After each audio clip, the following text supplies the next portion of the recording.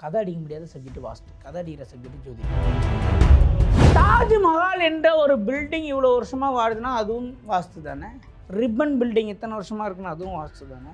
இப்போ முகலிவாகத்தில் 4 வருஷம் 3 வருஷத்துக்கு முன்னாடி 11 அடுக்கு மாடி சரிஞ்சு மண்ணுக்குள்ளே மண்ணாக போச்சு. அதில் ஒரு நாய் வந்தது, அதை சத்யராஜ் நடிகர் தத்தெடுத்தார், அதுவும் வாஸ்து தான். ஒரு வாஸ்து நிபுணர் முதல்ல ஜெயிக்கணும்னா என்ன பண்ணணும் தெரியுமா? அவருடைய பேர் பெண் பேராக இருக்கும். ஒரு பெண்ணுக்கான கட்டின பில்டிங் தாஜ்மஹால், அதனால தான் இன்னும் அழியல. ஆணுக்காக ஒரு பெண் கட்டியிருந்தால் அந்த பில்டிங் அப்படி அடிஞ்சிடும்.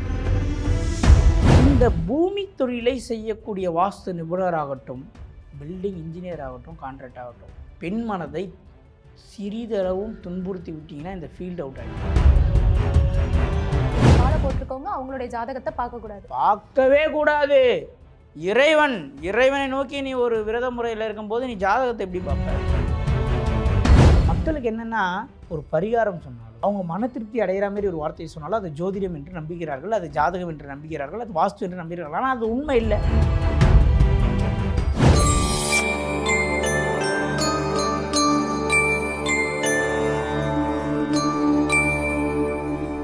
டெம்பிள் எக்ஸ்பிரஸ் நேயர்களுக்கு வணக்கம். நம்ம வீட்டில் தொடர்ந்து சில பிரச்சனைகள் வரும்போது நம்ம யோசிக்கிற முதல் விஷயம் வீடு வாஸ்துப்படி இருக்கா அப்படின்றதான் பார்ப்போம். வாஸ்து ரீதியான பல சந்தேகங்களுக்கு தீர்வளிக்கிறதுக்காக இன்னைக்கு நம்ம கூட வாஸ்து நிபுணர் திரு ஏஎல்பி சம்பத் சுப்பிரமணியம் அவர்கள் இருக்காங்க. வாங்க அவங்க கிட்ட நிறைய விஷயங்களை கேட்டு தெரிஞ்சுக்கலாம். வணக்கம் சார். வணக்கம் மேடம். சார், வாஸ்து அப்படின்றதே ஒரு பெரிய ஒரு டாபிக். சில பேர் பார்த்தீங்கன்னா வாஸ்து பார்த்து கூட வீடு கட்டியிருப்பாங்க, அதுக்கப்புறம் பார்த்தா இன்னொரு ஆள் வந்து இதை இடிங்க அதை மாற்றுங்க அப்படின்னு சொல்லிட்டு ஒரு பெரிய கன்ஃபியூஷனே பண்ணிடுவாங்க. ஸோ உங்கள் அனுபவத்திலிருந்து வாஸ்து ரீதியான விளக்கங்களை நம்ம நேயர்களுக்காக சொல்லுங்கள் சார். வாஸ்து என்பது வஸ்து என்ற சொல்லிலே இருந்து பிறந்தது, அதுதான் உண்மை. வாஸ்துபடி ஒருத்தர் வீடு கட்டுறாரு, இன்னொருத்தர் வந்தார் அதை இடிக்க சொன்னார், இன்னொருத்தர் வந்தார் அதையே இடித்தா அதான் கரெக்டாகுது மறுபடியும் அதை கட்ட சொன்னார். புரியுதுங்களா? இதுமாரி நிறைய பேருடைய வாழ்க்கை இருக்கும். ஆனால் வாஸ்து என்பது எப்படி நம்மளை இயக்குகிறதுன்னு முதல்ல தெரிஞ்சுக்கணும். இப்போது ஏசி டிசின்னு இருக்குது கரண்ட்டில். இந்த ட்ரிபிள்இ இசிஇ படித்த ஸ்டூடெண்ட்டுங்களுக்கு தெரியும். சர்க்கியூட் டயக்ராம், 12 வோல்ட்டு, கிலோவாட்டு, இதெல்லாம் படித்தவங்களுக்கு தெரியும். அப்போது ஒவ்வொரு இன்ஜினியரிங் ஸ்டூடெண்ட்டையும் கேட்டிங்கன்னா ஒரு சப்ஜெக்ட் கஷ்டமாக இருக்கும். இப்போ சிவிலில் பார்த்தீங்கன்னா ஸ்ட்ரென்த் ஆஃப் மெட்டீரியல் ரொம்ப கஷ்டம். ட்ரிபிள்இயில் இசியில் பார்த்தீங்கன்னா சர்க்கியூட் டயக்ராம் சப்ஜெக்ட் கஷ்டம். சிஎஸ்சி இசியில் வந்து பார்த்திங்கன்னா ப்ராசஸ்ஸு ரொம்ப கோடிங்கு ரொம்ப கஷ்டம். சரிங்களா? அப்போது ஒரு துறையிலும் ஒன்று கஷ்டம் இருக்கிற மாதிரி மக்களுடைய பிரச்சனை தீர்ப்பதில் பல துறை இருக்குது. பிரசனை இருக்குது, குறி சொல்கிறது இருக்குது, ஜோதிடம் இருக்குது. இதில் ரொம்ப டஃப்பான சப்ஜெக்ட் எதுன்னு கேட்டிங்கன்னா வாஸ்துல 35 மார்க் எடுத்துட்டாலே போதும், ஜெயிச்சிடலாம். புரியுதுங்களா? கதை அடிக்க முடியாத சப்ஜெக்ட் வாஸ்து, கதை அடிக்கிற சப்ஜெக்ட் ஜோதிடம். உள்ள அடிக்கலாம் கதை ஏகப்பட்ட கடை. கோச்சாரத்தில் சனி வந்தார், 3ஆம் இடத்தை பார்த்தார், பாதகாதிபதி அபோக்லிய ஸ்தானத்தில் இருந்ததால் இவர் பாவகிரகத்துடன் சேர்ந்து அஷ்டமாதிபதி சாரத்தில் இருந்து இருவரும் சந்தித்து கொண்டதால் இப்படி கதை அடிக்கலாம். வாஸ்து லட்சணம் மாட்டிப்பீங்க. அதனால தான் வாஸ்துவில் யாரும் கரை தேர முடியல. இச்சார் ரிசல்ட்டு தெரியணும், மாறினா ரிசல்ட்டு தெரியணும். அதனால தான் பயப்படுறான் வாஸ்து உள்ள வர்றதுக்கு நிறைய பேர். சரிங்களா? அப்போது நல்லா புரிஞ்சுக்கங்க, தாஜ்மஹால் எத்தனை ஆண்டு காலமாக இன்னும் இருக்கிறது ஏன்? நம்ம வாஸ்துவில் சும்மா இதே பேசின்னு இருக்கக்கூடாது. பீரோவை தென்மேற்கு மூலையில் வைங்க, குப்பை தொட்டி வந்து வடமேற்கு மூலையில், அது எவ்வளோ பேர் கடல். இந்த ஆமை படத்தை வாங்கி வச்சுக்கோங்க, தவளை கப்பமையை வாங்கி வச்சுக்கோங்க. ஐயோ தெய்வமே, பீஸை கூட 2000 ரூபா குத்துறேன், இந்த மாதிரிலாம் சொல்லாதீங்கன்னு தான் நான் சொல்கிறேன். புரியுதுங்களா? அப்போது தாஜ்மஹால் என்ற ஒரு பில்டிங் இவ்வளோ வருஷமாக வாடுதுன்னா அதுவும் வாஸ்து தானே. ரிப்பன் பில்டிங் எத்தனை வருஷமாக இருக்குன்னா அதுவும் வாஸ்து தானே. புரியுதுங்களா? இப்போ முகலிவாகத்தில் 4 வருஷம் 3 வருஷத்துக்கு முன்னாடி 11 அடுக்கு மாடி சரிஞ்சு மண்ணுக்குள்ளே மண்ணாக போச்சு. அதில் ஒரு நாய் வந்தது, அதை சத்யராஜ் நடிகர் தத்தெடுத்தார், அதுவும் வாஸ்து தானே. அது எப்படி வாஸ்து குப்பை தொட்டியை நவுத்தி வச்சா மட்டும் சரியாயிடும்னு நினைக்கிறீங்க? வாஸ்து என்பது ஒரு பெரிய கடல். ஜோதிடத்தை காட்டிலும் அது பெரிய கடல். அப்போது இந்த பூமி என்பது யார்? பெண். வானம் என்பது ஆண். இந்த பூமியும் இந்த வானத்தையும் இணைப்பது ஹும். ஹும் தெய்வம். தெய்வம் நம்ம சொல்கிறோம்ல, தெய்வம். இந்த பூமியும் வானத்தையும் இணைப்பது. ஒரு வாஸ்து நிபுணர் முதல்ல ஜெயிக்கணும்னா என்ன பண்ணணும் தெரியுமா? அவருடைய பேர் பெண் பேராக இருக்கணும், இல்லை பெண் பேரை முன்னாடி சேர்த்துக்கணும், இல்லை பெண் பேரை பின்னாடி சேர்த்துக்கணும். இதுக்கப்புறம் பாருங்கள், நிறைய பேருக்கு வரும் பாருங்கள், கவிதா, சாவித்திரி, சகுந்தலான்னு. ஏன்னா பெண் என்பவள் பூமி. அவளுடைய தொழிலை நீ செய்கிறனா நீ பெண் ஆதிக்கம் இருக்கணும். நிலராசின்னு சொல்லுவோம், சரிங்களா? நிலராசிகள் 3மே பெண் ராசிகள் தான். அதனால தான் ஒரு இடத்த வாங்கினா பெண் பேரில் வாங்குன்றோம். அது ஸ்திர ராசிகளாக இருக்கணும். புரியுதுங்களா? அப்போது பூமி என்பது அழியாதது, நிலையானது. ஒரு பெண்ணுக்கான கட்டின பில்டிங்கு தாஜ்மஹால், அதனால தான் இன்னும் அழியல. ஆணுக்காக ஒரு பெண் கட்டியிருந்தால் அந்த பில்டிங் அப்படி அழிஞ்சிடும். நல்லா பண்ணுங்க. பெண் என்பவள் அழியாதது, நிலையானது. பூமி என்பது பெண், நிலையானது, அழியாதது. பூமி தொழிலை செய்பவன் யார்? வாஸ்து நிபுணர், ரியல் எஸ்டேட், பில்டிங் கான்ட்ராக்டர். இவர்கள் எல்லாம் பெண் பெயரை சேர்த்திருக்க வேண்டும். இல்லை உடன் பிறந்த அக்கா தங்கச்சிங்க கூட நல்ல உறவுகளில் இருக்க வேண்டும். இல்லை மனைவியோட ரொம்ப சந்தோஷமாக மனைவி வச்சுருக்கிறதா மட்டும்தான் இந்த ஃபீல்டில் ஜெயிக்க முடியும். நீங்கள் வாஸ்து கேட்குறீங்க, நான் வாஸ்து நிபுணர் ஜெயிக்கிறதுக்கு வழி சொல்லிடுங்கிறேன். புரியுதுங்களா? வரேன் உங்கள் சப்ஜெக்ட்டுக்கு கொஞ்சம் நேரம்.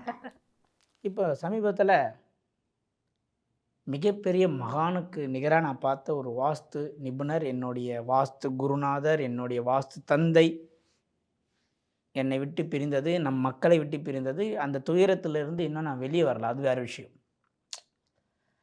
அவர் பேர் ரவி. அவர் ரமணான்ற ஒரு பேரை சேர்த்துக்கிட்டார் பின்னாடி.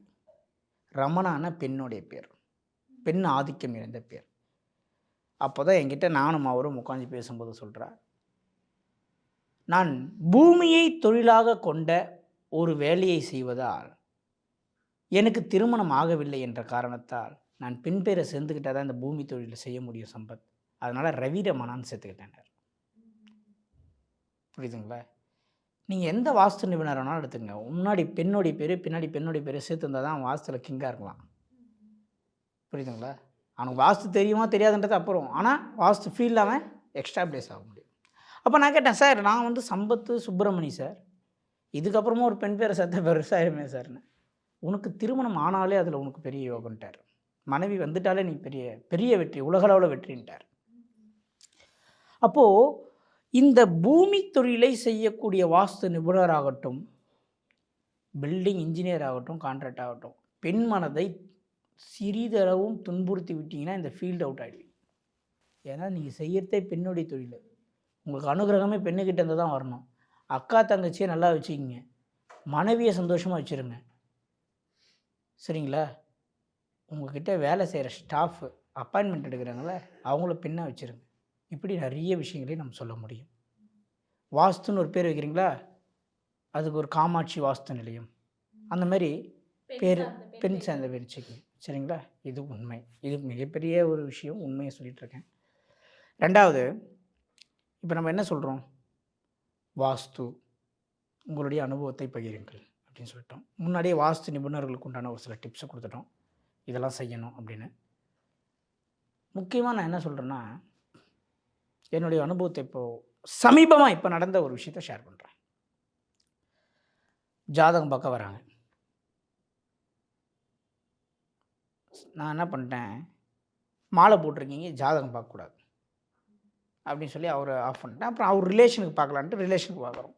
மாலை போட்டிருக்கவங்க ஜாதகம் பார்க்கக்கூடாது மேடம், பார்க்கக்கூடாது. இறைவனை நோக்கி தவம் இருக்கிற, அப்புறம் நேர காலத்தை பற்றி நீ ப்ரெடிக்ஷன் நம்புறேன்னா எதனா ஒன்று தான் பண்ணணும். ஒன்று இதை நம்பு, இல்லை இறைவனை நம்பு. இது ஒரு புதிய தகவல் சார் எல்லாருக்கும். மாலை போட்டிருக்கும்போது ஜாதக பலன் சொல்லக்கூடாது மேடம். இப்போ நான் ஜாதக பலன் சொல்லலாம், ஆனால் எனக்கு நான் ஜாதகம் பார்த்துக்கூடாது. மாலை போட்டிருக்கவங்க அவங்களுடைய ஜாதகத்தை பார்க்கக்கூடாது. பார்க்கவே கூடாது. இறைவனை நோக்கி நீ ஒரு விரத முறையில் இருக்கும்போது நீ ஜாதகத்தை எப்படி பார்ப்ப? புதிய தகவலா? இப்போ எந்த அளவுக்கு நம்ம பின்தங்கி இருக்கோம் பாருங்க இன்னும். அப்போது என்னென்னா, ஒரு வாஸ்து என்பது பெண் ஆதிக்கம் நிறைந்தது. பெண்ணை துஷ்பிரயோகம் செய்தவர்கள், பெண்ணை கலகப்படுத்தியவர்கள், பெண் மனதில் ஆழமாக துன்பத்தை ஏற்படுத்தியவர்களுக்கெல்லாம் வாஸ்து சரியாக அமையாது. வாஸ்து நிபுணர் கூட்டின்னு வந்து பிளான் போட்டால் கூட ஒரு தப்போட தான் பில்டிங் கட்டுவாங்க. புரியுதுங்களா?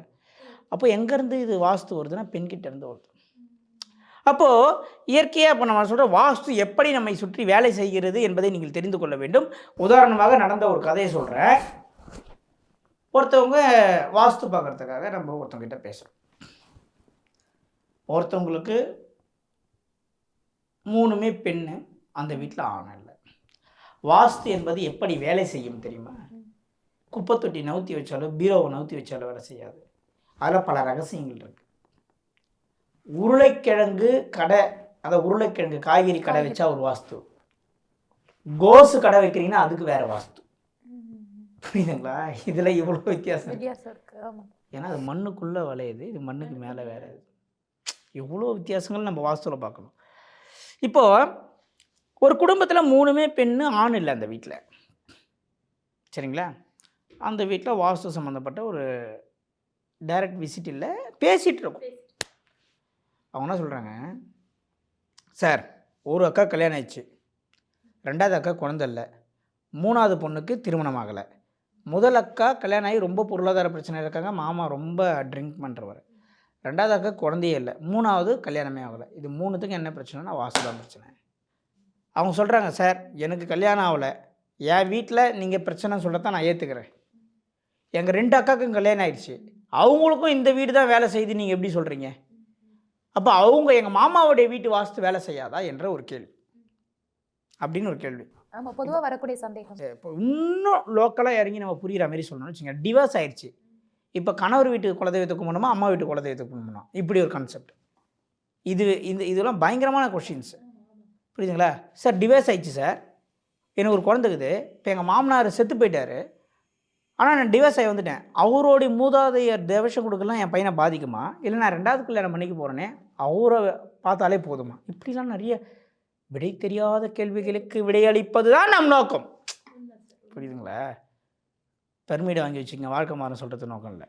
அப்போது நல்லா கேட்டுக்குங்க, யார் ஒருவர் ஆண்மகன் இல்லாத பெண்களை மட்டுமே பெற்ற பெற்றோர்களே உங்களுக்கு வீட்டுக்கு வரக்கூடிய மருமகன் அல்ல, அவன் மகன், அவன் தான் மகன். புரியுதுங்களா? இப்போ இந்த சொத்து யாருக்கு சொந்தமாக போகுதோ அந்த சொத்துல இருக்கிறவருடைய ப்ளஸ்ஸும் மைனஸும் அவங்களுக்கு சொந்தமாக போகுது. வாட்டர் பாட்டில் எடுத்து உங்ககிட்ட கொடுக்குறேன், அளவில் தண்ணி யாருக்கு சொந்தம்? அதில் விஷம் தான் யாருக்கு சொந்தம்? அதில் அமிர்தம் பஞ்சாமிர்தம் தான் யாருக்கு சொந்தம்? இடத்த நீ வாங்க அனுபவிக்க போகிறனா அது ப்ளஸ் இருந்தாலும் உனக்கு தான் சொந்தம், மைனஸ் இருந்தாலும் உனக்கு தான் சொந்தம். இப்போது 3 மகளை பெற்ற ஒரு பெற்றோர் 3 மருமகன்கள், அதாவது 3 மகன்களை அவர்கள் தேர்வு செய்கிறார்கள். அந்த 3 மருமகன்களுக்கும் இந்த மாமனாருடைய வீட்டு வாஸ்து தான் முதலில் வேலை செய்யும், பிறகுதான் அவர்கள் பிறந்த வீட்டில் வாஸ்து வேலை செய்யும். ஏன்னா ஆண் இல்லாத ஒரு வீட்டில் போய் பொண்ணு எடுக்கும் பொழுது அவனே ஆணாக அங்கே போயிடுறான். ஒரு குடும்பத்தை வம்சத்தை அங்கே அவன் உற்பத்தி பண்ணுறான். அவன் தான் முதல்ல அடி வாங்குற மாடு. மூத்த மருமகன், நீங்கள் எங்கே நினைப்போங்க, ஆண் இல்லாத பெண் மட்டுமே இருக்கிற வீட்டில் பெண் எடுத்த மூத்த மருமகனுக்கு விழுந்த அடி வேற லெவலில் விடும், இல்லைன்னா வேற லெவலில் கோடீஸ்வரன் ஆகிடும். 2 தான், 2 தான். இப்போது அந்த வீட்டில் நம்ம சொல்லும்பொழுது பேசுகிறோம், அம்மா உங்கள் வீட்டில் இந்த இடத்துல ஈசானிய குறைபாடு இருக்குது, உங்கள் மாமா ஃபஸ்ட்டு மாமா ரொம்ப கஷ்டம், 2வது மாமா குழந்தை இல்லை, உனக்கு கல்யாணம் ஆகலை, அந்த பொண்ணுக்கு பேசினா சாமி வந்துடுச்சு, சாமி ஆடுவது கிழக்கு பாதிக்கப்பட்டது. அப்போ அந்த பிரபஞ்சம் நம்மளுக்கு என்ன பண்ணுது, ப்ரூஃப் பண்ணுது, ஆமாம் இது கன்ஃபார்மாக கிழக்கு பாதிக்கப்பட்ட குடும்பம்னு ப்ரூஃப் பண்ணுது. ஏன்னா நம்ம நேரடியாக சைட்டில் எல்லாம் பேசிகிட்டு இருக்கோம், திடீர்னு சாமி ஆடுது. அப்போது நம்ம என்ன பண்ணுறோம், இது கன்ஃபார்ம் கிழக்கு தான் பாதிக்கப்பட்டிருக்கு அப்படின்னு கன்ஃபார்ம் பண்ணிக்கிறோம்.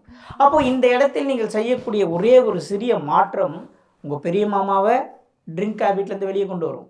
2வது மாமா குழந்தை பிறக்கும், இன்னும் கல்யாணம் ஆகுமா. அவங்க வியப்பாக பார்க்குறாங்க, என்ன சார் இது, நீங்கள் என்னென்னமோ சொல்லுவீங்கன்னு நினச்சி வந்தோம் ஜஸ்ட்டு. அதான் நான் சொன்னேம்மா, உங்களுடைய பிரச்சனைக்கு தீர்வு வந்து நான் பிஹெச்டி லெவலில் சொல்லின்னு இருக்கேன். நீங்கள் எல்கேஜி லெவலில் ஆன்சர் எதிர்பார்க்குறீங்க. இந்த தவறான எண்ணத்தை முதலில் வெளியிட்டு விடு. மக்களுக்கு என்னென்னா, ஒரு பரிகாரம் சொன்னாலோ அவங்க மன திருப்தி அடைகிற மாதிரி ஒரு வார்த்தையை சொன்னாலும் அது ஜோதிடம் என்று நம்புகிறார்கள், அது ஜாதகம் என்று நம்புகிறார்கள், அது வாஸ்து என்று நம்புகிறார்கள். ஆனால் அது உண்மை இல்லை. சில நேரங்களில் ஃபோன் நம்ம கையில் இருக்கும், ஆனால் ஃபோனை தேடுவோம். நம்ம ஹேண்ட்பேக்லேயே ஒரு விஷயம் இருக்கும், காரில் எடுத்துட்டுமா வச்சுட்டுமான்ட்டு கொஞ்சம் நேரம் வண்டி நிறுத்துங்க ஒரு மண்ட்டு தேடி தேடி பார்த்துட்டு அதுக்கப்புறம் ஹேண்ட்பேக்கில் இருக்கும் போன்னு சொல்லுவோம். இதில் இயற்கை. அப்போது சில நேரங்களில் நம் பதட்டத்தில் படபடப்பில் எடுக்கக்கூடிய முடிவுகளும் தவறாகவே விடுகிறது என்பது தான் உண்மை. அப்போது வாஸ்துவில் ஒரு உச்சக்கட்ட உண்மை என்ன, நீங்கள் எந்த செயல்களை செய்கின்றீர்களோ அதே மாதிரி வீடு உங்களுக்கு அமையும். உங்கள் வீட்டில் என்ன தவறு இருக்கிறதோ அதே தவறுள்ள வீட்டில் உள்ள ஒரு ஓனர்கிட்ட தான் நீங்கள் வேலை செய்வீங்க, அதேமாரி தவறுள்ள ஒரு வீட்டில் உள்ள ஒரு நபர்கிட்ட தான் நீங்கள் பழகுவீங்க. புரியுதுங்களா? இப்போ நீங்கள் சொன்னதுலேருந்து எனக்கு ஒரு சந்தேகம். இப்போ வந்து 3 பெண் இருக்கும்போது நீங்கள் அது சொன்னீங்க இல்லையா, ஒரு வீட்டில் இப்போ 3 ஆண் இருக்காங்க. இப்போ பெரிய அண்ணன் வெளியில் போயிட்டாங்க, 2வது பையன் வந்து அதே வீட்டில் இருக்காங்கன்னு வச்சுக்கோங்க. இப்போ அந்த வாஸ்து சரியில்லை அப்படின்றதுனால பெரிய பையனுக்கு அந்த பாதிப்பு வருமா சார்? அந்த வீட்டில் வாஸ்து குறைபாடு வடமேற்கு பிரச்சனை இருக்கிறதுனால பையன் வெளியே போயிட்டார், பெரிய பையன். அந்த வீட்டில் குடியிருக்கக்கூடிய 2வது மகன் அந்த வீட்டுடைய பலனை அனுபவிப்பான். 2வது பையன் கொஞ்சம் ஷேர் பண்ணிப்பான். ஒரு கிரகம் எங்கே போய் உட்காருதோ அந்த வீட்டோடைய முழு பலனையும் அந்த கிரகம் தான் ஆட்சி செய்யும். அதே மாதிரி தான் ஒரு வீட்டில் நீங்கள் குடியிருக்கிறீங்கன்னா அந்த வீட்டுடைய குறையை யார் அனுபவிப்பா? நம்ம தான் அனுபவிக்கணும். ஒரு வீட்டில் நம்ம வாடகை இருக்கிறோம், அந்த வீட்டுடைய வாஸ்து குறைபாடு நம்ம தான் அனுபவிப்போம். நம்ம ரெண்ட்டு கொடுக்கறதுனால ஹவுஸ் ஓனருக்கு 1% போகும். புரியுதுங்களா? ரெண்டே இல்லை, சும்மா இருந்தாலும் டோட்டலாக டெனண்ட்டுக்கு தான் அது பாதிப்பு. அப்போது வாஸ்து என்பதை நாம் எப்படி பார்க்க வேண்டும் என்றால், முதலில் உங்கள் வாழ்க்கையில் நடந்த அனைத்து சம்பவங்களுக்கும் உங்கள் வீட்டில் உள்ள குறைகளுக்கும் ஒரு கனெக்டிவிட்டி இருக்கும், மிகப்பெரிய கனெக்டிவிட்டி இருக்கும். அந்த கனெக்டிவிட்டியை நீங்கள் புரிந்து கொண்டால், அதை சரி செய்தால் உங்கள் வாழ்க்கையில் மாற்றம் வரும். இதுதான் உண்மை. அப்போது ஒரு வீடு ஒரு மனிதனை தேர்வு செய்கிறது, ஒரு மனிதன் ஒரு வீட்டை தேர்வு செய்யவில்லை. ஒரு இடம் ஒரு மனிதனை தேர்வு செய்கிறது, ஒரு இடத்தை மனிதன் தேர்வு செய்வதில்லை. இந்த பெண்ணாகிய பூமி பெண் மனதை காயப்படுத்தியவர்களுக்கும் பெண்ணுக்கு துரோகத்தை இழைத்தவர்களுக்கும் அது தவறாகவே பில்டிங்கை உருவாக்குகிறது என்பது உண்மை. அதற்கு பரிகாரம் இல்லை. ஆலயத்தை தாண்டி, இறைவனை தாண்டி ஒரு பரிகாரம் என்பது இல்லை. ஹோமங்கள் உண்டு, பூஜைகள் உண்டு, எவ்வளோ விஷயங்கள் உண்டு. நம்மளே நிறைய இடத்துல கோவிலுக்கெலாம் ஹோமம் பண்ண ரெஃபர் பண்ணாலும் பரிகாரம் என்பது பணத்தை கொடு, உங்களுக்கு மாறிடும், நான் அதை பண்ணுறேன் இதை பண்ணுறேன் பலி கொடுக்குறேன், அதெல்லாம் இல்லை. உன்னுடைய செயல் மட்டுமே உங்களை காப்பாற்றும். இதுதான் உண்மை.